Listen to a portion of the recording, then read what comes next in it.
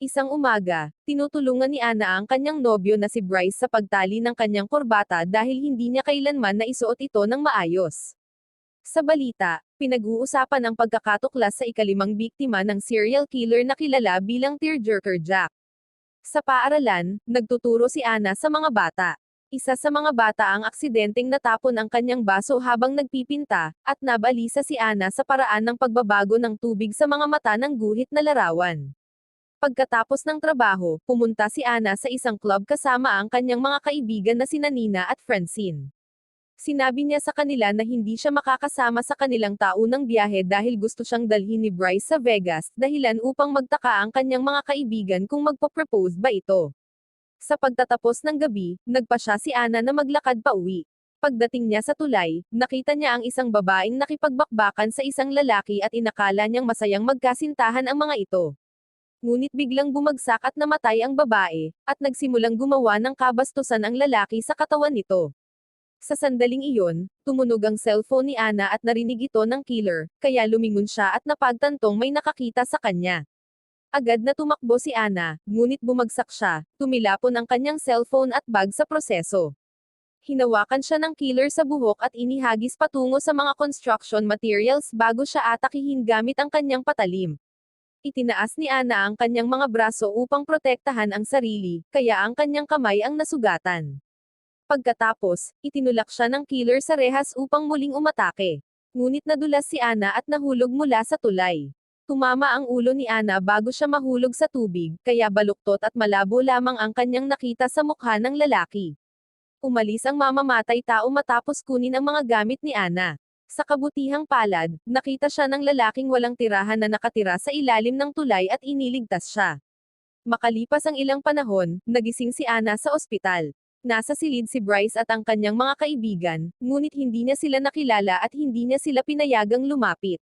Ipinaliwanag ng isang doktor na mahigit isang linggo siyang walang malay at sinubukang bigyan siya ng pampakalma, ngunit nagpanik si Ana at tumakbo palabas ng silid. Sinubukan siyang pigilan ni Bryce ngunit hinihila siya ng doktor pabalik at sinabing kailangan ni Ana ng kaunting panahon. Mayroon pang dalawang doktor sa koridor, at nalito si Ana dahil pareho ang kanilang mukha. Tumakbo siya upang magtago sa banyo at tumingin sa salamin. Sa kanyang pagkabigla, hindi rin niya nakilala ang sarili niyang mukha, dahilan upang siya'y mag-breakdown. Ilang sandali matapos iyon, ipinakita ng isang doktor kay Ana ang ilang larawan ng iisang lalaki, ngunit iba-ibang mukha ang nakikita niya sa bawat isa. Napagpasyahan ng doktor na may sintomas siya ng face blindness. Ito ay sanhi ng pinsala sa temporal lobe, ang bahagi ng utak na responsable sa pagkilala ng mga mukha. Kakagising lamang ni Ana, kaya maaaring pansamantala lamang ito, ngunit kung hindi siya gumaling, kailangan niyang magpatingin sa isang espesyalista. Pagkatapos, inihatid ni Bryce si Ana pauwi. Unti-unti na siyang nasasanay sa bagong mukha nito at hinayaan pa niyang halikan siya ni Bryce sa pisngi. Gayunman, nang umalis siya ng silid upang sagutin ang telepono at bumalik, iba na ang kanyang mukha, at muling nabalisa si Ana. Sinabi ni Bryce na ang tawag ay mula sa isang detective na gustong kunin ang kanyang salaysay. Ibinunyag niya na siya ang tumawag kay Ana sa tulay at narinig niya itong nakikipaglaban sa killer. Sa istasyon ng pulis, nakilala ng magkasintahan si Detective Keres. Natagpuan niya ang bracelet ni Ana sa tulay, ngunit hindi ang iba pa nitong gamit, kaya hiniling niya kay Ana na huwag munang ipahinto ang kanyang linya ng telepono dahil maaaring makatulong ito sa pagsubaybay sa killer. Kinumpirma ni Keres na nakasalubong ni Ana ang kilalang tearjerker, ngunit ipinaliwanag niyang hindi niya siya mabibigyan ng proteksyon dahil ito ay isang matrabahong prosesong burokratiko na magtatagal. Medyo malabo ang paglalarawang ibinigay ni Ana sa pulisya, kaya ipinakita ni Keres sa kanya ang ilang larawan ng kanilang mga sospek upang matukoy ang lalaking nakita niya. Nabahali si Ana at agad na umalis sa opisina, kaya sumunod si Keres na sumisigaw. Kinailangan ni Bryce at Ana na ipaliwanag ang nangyayari habang nakikita ni Ana ang lahat ng pulis na may iisang mukha. Pagkaalis ng magkasintahan, pumunta si Keres upang makipagkita sa profiler na si Lanyan. Sa kasalukuyan, nagtatrabaho siya kasama si Nikki, ang anak ng unang biktima. May nakita siya, ngunit dahil sa trauma ay hindi na siya makapagsalita, kaya puro mga nakakatakot na guhit lamang ang ginagawa niya. Ikinuwento ni Kerest ang kanyang kaso sa kanyang kasamahan, at itinuro ni Lanyan na pinapatay muna ni tearjerker Jack ang kanyang mga biktima bago gumawa ng kabastusan sa kanila. Lumalabas na ayaw niyang makita kung sino talaga siya, at dahil nakita siya ni Ana, malamang na magiging interesado siya rito.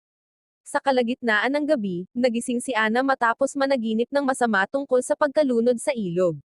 Pumunta siya sa banyo upang maghilamos at kinamuhian ang kanyang refleksyon. Biglang may kamay na humila sa kanya mula sa likuran at nilaslas ang kanyang leeg, ngunit sa sandaling iyon ay nagising siya sa totoong buhay. Nagising si Bryce sa kanyang paggalaw, at nang subukan niya itong halikan, nagpanik si Ana dahil iba na naman ang kanyang mukha. Nang subukan siyang halikan ni Bryce sa labi, inalok na lamang niya ang kanyang pisngi.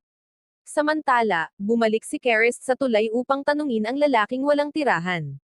Sa kasamaang palad, labis itong lasing, kaya iniwan na lamang ni Kerest ang kanyang calling card. Pagkaalis ng detective, may ibang taong dumalaw sa lalaking walang tirahan upang patayin siya. Sa bahay, nakipag-chat si Ana sa kanyang ama na nasa ibang bansa at nangakong babalik siya sa lalong madaling panahon.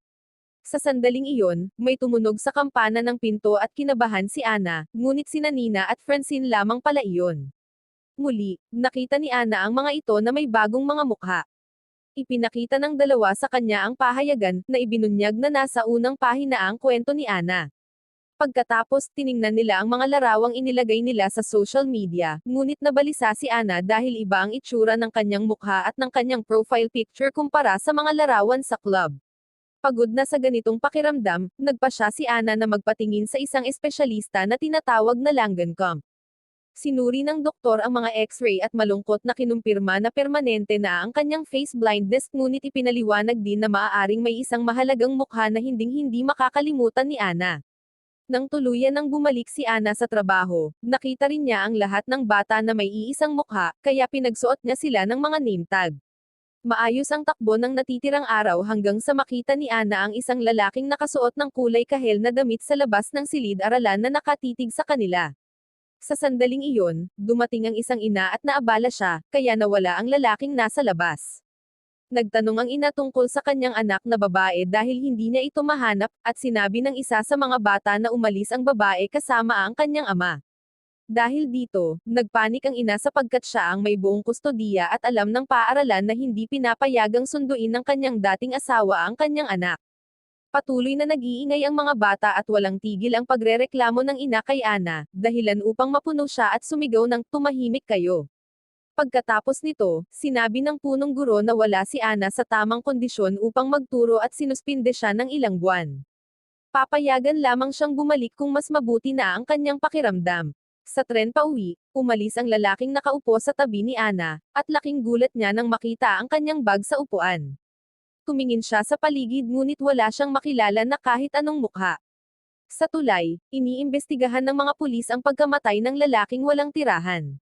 Nakatanggap si Kerest ng tawag mula kay Ana, na nagsabing nasa tren ang killer. Ngunit ang tanging paglalarawan na maibibigay niya ay ang suot nitong kulay kahel na damit. Sinabihan siya ni Kerest na manatili sa tren, ngunit naputol ang tawag dahil sa isang tunnel. Nang pumasok sa kanyang bagon ang isang lalaking nakasuot ng kulay kahel na damit, agad na nagtago si Ana. Ngunit papalapit na ang lalaki, kaya nagsimula siyang tumakbo mula bagon papunta sa susunod habang hinahabol siya nito. Nang halos mahuli na siya, hinihila ni Ana ang emergency lever at huminto ang tren sa mismong pagdating nito sa istasyon. Sinigawan ni Ana ang lalaki habang nagmamadaling pumasok ang mga pulis upang hulihin siya. Ipinahayag ng lalaki ang kanyang pagkalito habang tinatawag si Ana na snowflake. Dahil dito, napagtanto ni Ana na ang lalaking iyon ay ang kanyang ama at hindi niya siya nakilala, kaya niyakap niya ito habang umiiyak at humihingi ng tawad. Sa bahay, hindi sinasagot ni Ana ang kahit anong tawag at paulit-ulit na hinahawakan ang kanyang mukha sa harap ng salamin. Hindi kailanman naging normal ang refleksyon, kaya muli siyang nag-breakdown at nauwi sa pagbasag ng salamin. Makalipas, muling bumisita si Ana kay Langenkamp. Ibinahagi ng doktor na dati siyang may karera sa musika, ngunit nawala iyon nang mabingi siya dahil sa isang aksidente. Nagulat si Ana dahil hindi naman sila nagkaroon ng problema sa pakikipag-usap. Kaya ipinaliwanag ni Langenkamp na natuto siyang magbasa ng galaw ng labi. Sinabi rin ni Langenkamp na ang mga tao ay may isang dagdag na pandama na tinatawag ng mga Hapones na mugo. Ito ang nagbibigay daan sa isang tao na makalakad ng hindi na kailangang isipin ang paglalagay ng isang paa sa harap ng isa pa. Ayaw niyang mawala kay Ana ang pandamang ito, kung mangyayari iyon, magiging sosyal na paralisado siya tulad ng pinakagrabe niyang mga pasyente. Matapos tiyakin ni Ana na nais niyang mamuhay ng normal, ipinakita sa kanya ni Langenkamp ang dalawang maliliit na bato na sa unang tingin ay magkapareho.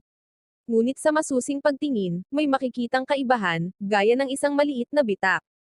Kapag hinalo ang mga ito sa iba pang mga bato, mas mahirap na silang hanapin. Gusto ni Langenkamp na ituon ni Ana ang pansin sa mga natatanging palatandaan ng mga tao, tulad ng mga nunal o tato. Tiningnan ni Ana ang mga bato at nakita ang may bitak, dahilan upang siya'y maiyak dahil pakiramdam niya ay may nararating na siyang progreso.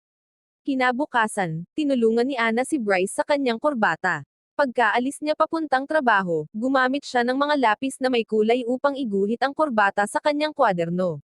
Kalaunan, pumunta si Ana upang sunduin si Bryce at nagawa niya itong mahanap sa pamamagitan ng paghahanap sa kanyang kurbata sa likuran. Labis na natuwa si Bryce na natagpuan siya ni Ana at niyakap siya habang sinasabing hindi na siya baliw sa wakas. Ayaw ni Ana na mag-alala siya, kaya nagkunwari siyang mas maayos na ang kalagayan niya sa halip na ibahagi ang kanyang mga paraan. Pagdating nila sa bahay, nagbakbakan sila, ngunit nahirapan si Ana dahil bawat pagsara niya ng mga mata ay may bagong mukha siyang nakikita. Nang gabing iyon, pumunta si Ana sa club at natagpuan ang kanyang mga kaibigan sa pamamagitan ng pagkilala sa kanilang mga damit. Sa wakas, sinabi niya sa kanila ang tungkol sa kanyang kondisyon at hiniling na itago muna nila ito kay Bryce. Makalipas ang ilang panahon, dinala ni Langenkamp si Ana sa isang mataong kalye at tinuruan siya kung paano basahin ang kilos ng katawan ng mga tao upang mas kayanin niya ang mga mataong lugar. Huminto si Ana sa tindahan ng dyaryo at nalaman na muling pumatay si Tearjerker Jack. Sa sandaling iyon, nilapitan siya ng isang lalaki na nakakatakot ang tono at nagsabing kilala niya kung sino siya. Dahil dito, nagpanik si Ana at tumakbo upang humingi ng tulong sa isang pulis. Ngunit nang siya'y lumingon, wala na ang misteryosong lalaki. Pagkatapos, pumunta si Ana sa istasyon ng pulis at nagulat na makita si Karest na may iisang mukha lamang. Bilang pagsubok, lumingon siya at tumingin muli, ngunit pareho pa rin ang itsura nito. Natuwa siya rito, kahit hindi niya maintindihan kung bakit siya naiiba. Naputol ang kanilang pag-uusap nang dumating si Lanyan, na patuloy na nag-aalaga kay Nikki. Inamin ni Lanyan na nagdududa siyang hinahabol ng killer si Ana, kung ganoon daw, matagal na sana itong umatake. Ipinaliwanag ni Ana na dumating siya upang sumailalim sa isang lineup sa halip na tumingin lamang sa mga larawan, dahil maaaring makilala niya ang killer sa ibang paraan. Pagkaalis ni Lanyan, ibinahagi ni Karest na ayon sa teorya ng kanyang kasamahan, nag-iwan si Ana ng matinding impresyon sa kriminal dahil nakita niya itong gumawa ng isang kakilakilabot na bagay at nakalakad palayo. Inamin din ni Karest na nang mangyari ang unang pagpatay, napagpasyahan ni Lanyan na ang kriminal ay isang sociopath, ngunit inakala ni Karest na isa lamang itong krimen na dulot ng damdamin.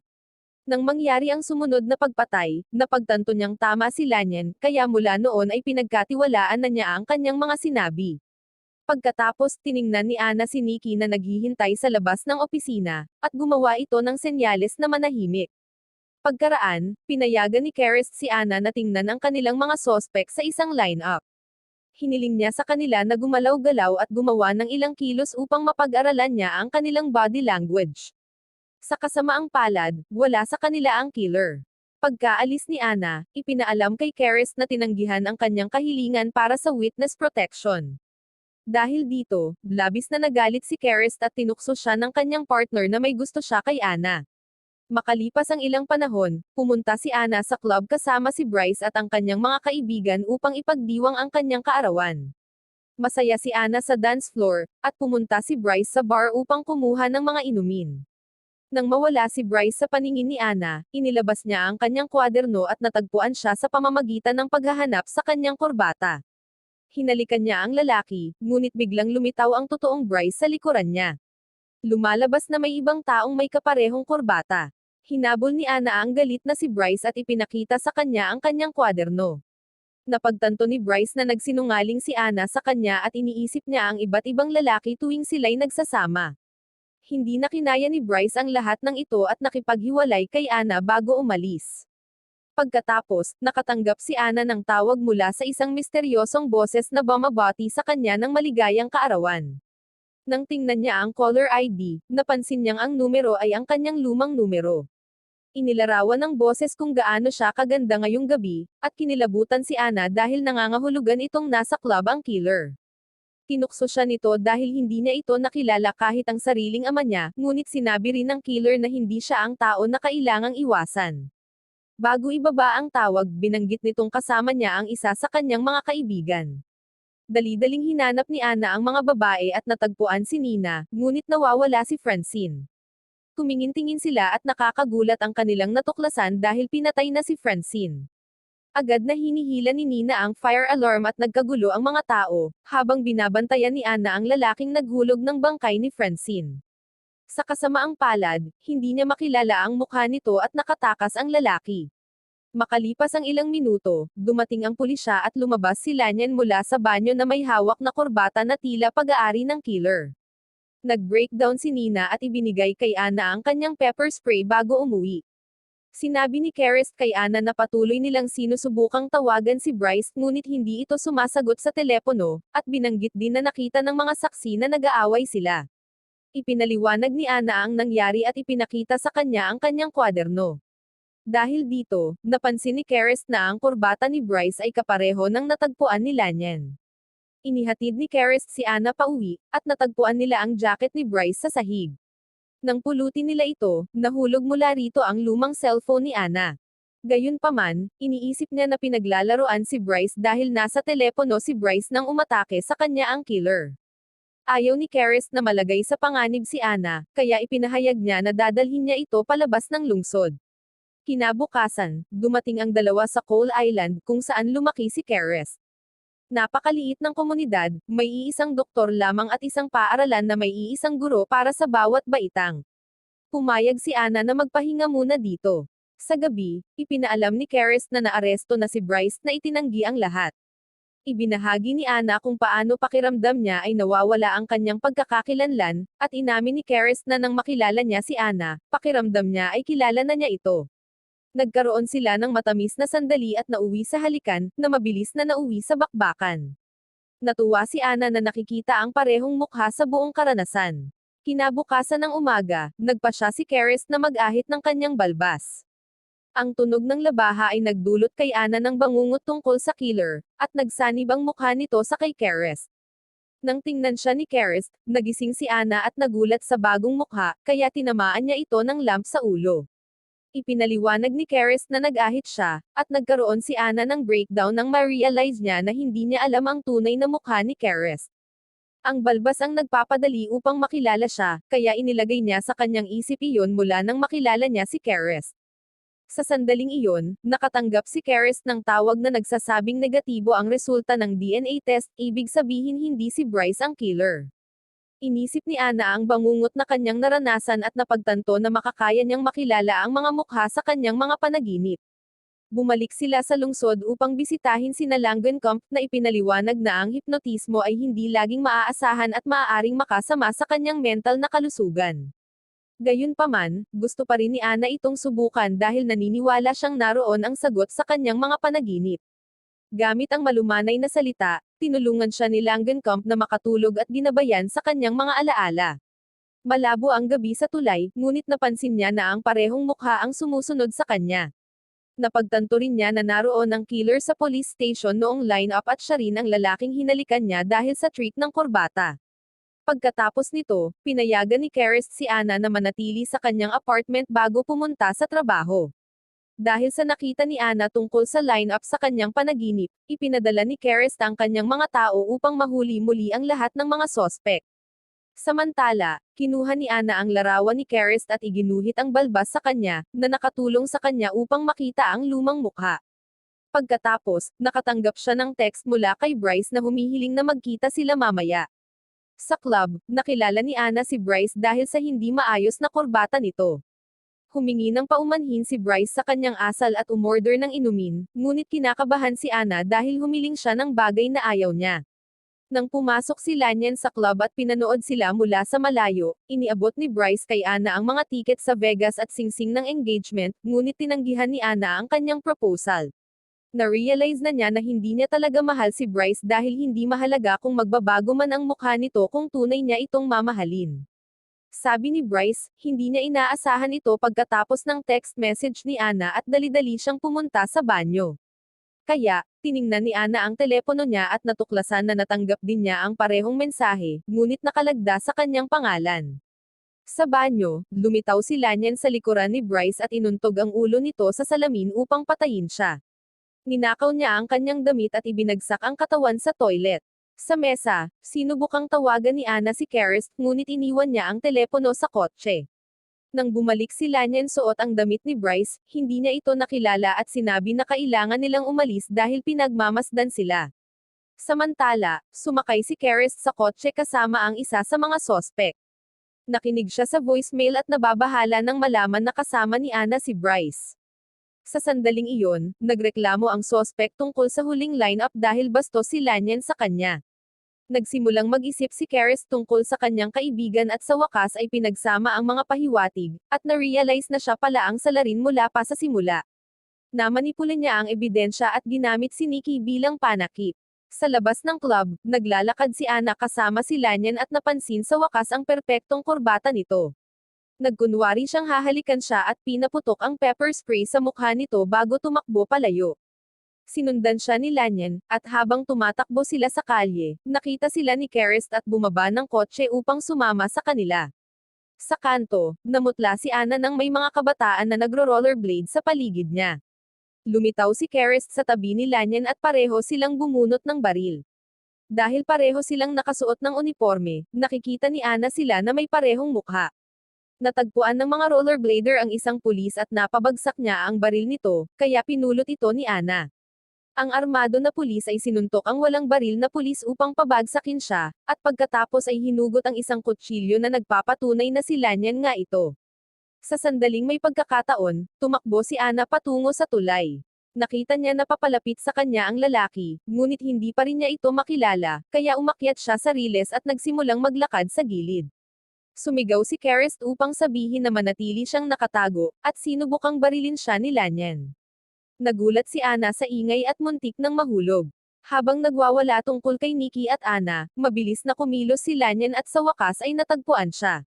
Mahigpit na humawak si Ana upang hindi mahulog at sinubukang barilin siya, ngunit nakapatay ang safety ng baril. Muling nagtago si Lanyan bago niya maayos ang baril. Pagkatapos, bumalik si Ana sa tulay. Sinubukang lapitan siya ni Karis, kaya nagpaputok siya sa lupa upang itaboy ito. Binanggit ni Karis ang Coal Island. Gayunpaman, maaaring may ibang nakakaalam kung saan nagmula si Karis. Biglang lumitaw ang isa pang Karis, at na-realize ni Ana na siya ang tunay na Karis dahil sa dugo mula sa headbutt. Sinubukang atakihin siya ni Lanyan, ngunit binalaan siya ni Karis, at napatamaan niya ito sa tamang oras. Nang subukang kunin ni Karis ang baril niya, hinihila siya ni Lanyan sa likod ng mga materyales sa konstruksyon at nagsimula silang mag-away. Hindi maayos na nakita ni Ana ang nangyayari at hindi niya alam kung sino ang barilin. Sa huli, pumutok ang baril, at isa sa mga lalaki ang bumagsak. Ang tunay na Karis ang lumabas, ngunit sugatan din siya. Tumakbo si Ana sa kanyang tabi at sinabi na mahal niya ito, ngunit hindi naniwala si Karis at namatay sa kanyang mga bisig. Biglang umulan at hinugasan ang dugo, kaya nagbago ang mukha niya sa paningin ni Ana. Makalipas ang ilang panahon, nagtatrabaho si Ana bilang guro sa Coal Island. Dahil sa maliit na populasyon, nakikilala niya ang lahat sa pamamagitan ng kanilang body language. May isang mukha lamang na hindi nagbabago, at iyon ay ang kanyang anak na babae. Wow naman! Doon nagtatapos ang pelikula mga idolo, salamat sa inyong panonood.